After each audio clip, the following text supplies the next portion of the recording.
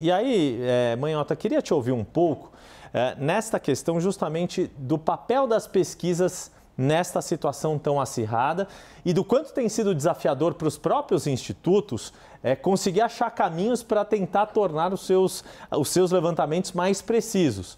E a gente hoje tem uma discussão que também ocorre, que será que os institutos, ao tentarem fazer esses ajustes, estão superestimando ou subestimando Donald Trump? Ou estão superestimando ou subestimando Kamala Harris? Quer dizer, está todo mundo tateando no escuro, no fim das contas, né?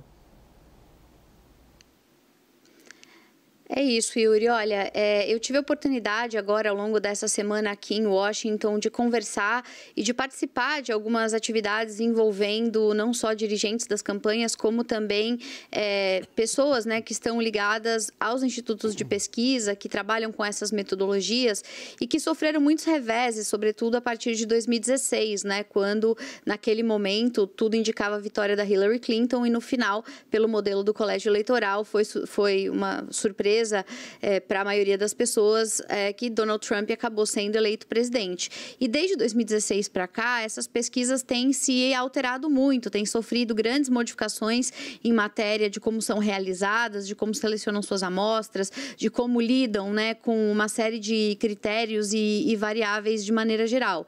E a sensação que a gente tem, conversando com essas pessoas especializadas, é de que o mundo de 2024, no campo das pesquisas, não é o mesmo de 2016. É um erro acreditar que estamos diante de uma mesma circunstância ou de mesmas ferramentas. Houve muita autocrítica que se fez nesse sentido e muito avanço que se promoveu em relação ao refino dessas metodologias.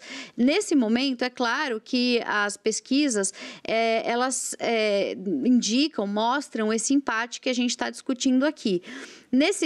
A partir desse empate, o que se tem falado muito é que o que pode dar errado, né? O que pode sair diferente do que está sendo desenhado como cenário.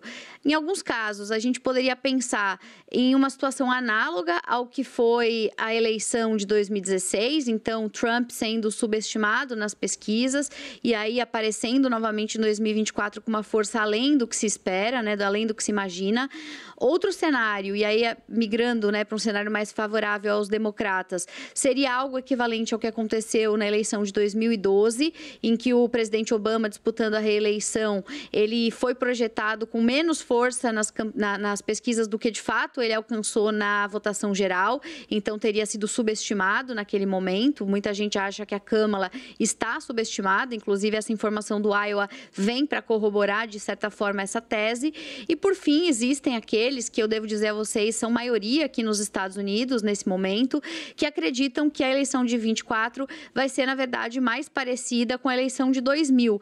Não subestimando nenhuma das duas campanhas necessariamente, mas reafirmando a ideia de que é uma eleição de fato acirrada, muito próxima, como foi Al Gore com Bush filho, a ponto de ter levado, né, a contestação, recontagem de votos e até judicialização. É como se a gente estivesse dizendo que se a eleição de 24 for parecida em alguma medida com a eleição de 20, né, de 2000, então 24 parecida com 2000, nós estaríamos de certa maneira corroborando que as pesquisas estão certas, que de fato a margem vai ser muito pequena. Eu conversei bastante ontem, principalmente quando eu estive no estado da Pensilvânia, com os representantes das duas campanhas, né? Eu estive no Comitê Democrata e no Comitê Republicano e perguntei aos dois, né? Por que vocês continuam tão empenhados com a busca de doação, né? De campanha, já que a gente está na reta final? E as respostas vieram em uníssono. A gente está se preparando para um eventual pós-eleições. A gente vai precisar de dinheiro porque acreditamos que haverá judicialização. Isso me foi dito pelas duas campanhas. E eu acho que esse é um pouco o espírito. Todo mundo acredita que as pesquisas avançaram nas suas metodologias, devem estar mais consistentes, provavelmente, do que no passado, devem sim indicar essas margens estreitas como um reflexo de uma realidade concreta, tanto que as próprias campanhas estão trabalhando com esse cenário, já pensando no dia seguinte. E só para concluir, Yuri, eu acho interessante a maneira como os americanos aqui, né, nos Estados Unidos, tratam a pesquisa. Eles sempre dizem uma coisa que no Brasil a gente não escuta com tanta frequência.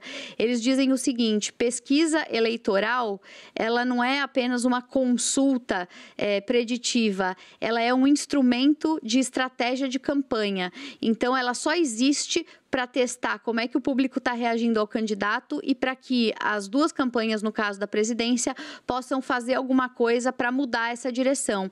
Então, eles tratam a campanha a pesquisa como uma ferramenta de calibragem das campanhas, de modo que até quando eles erram, eles tentam se resguardar dizendo assim, bom, o resultado saiu diferente porque no final do dia as campanhas fizeram o que precisavam fazer, já que elas estavam sentindo que o público não estava sendo responsivo. Então, tudo isso faz parte desse universo aí da pergunta que você me fez, que acho que vale compartilhar com o nosso público.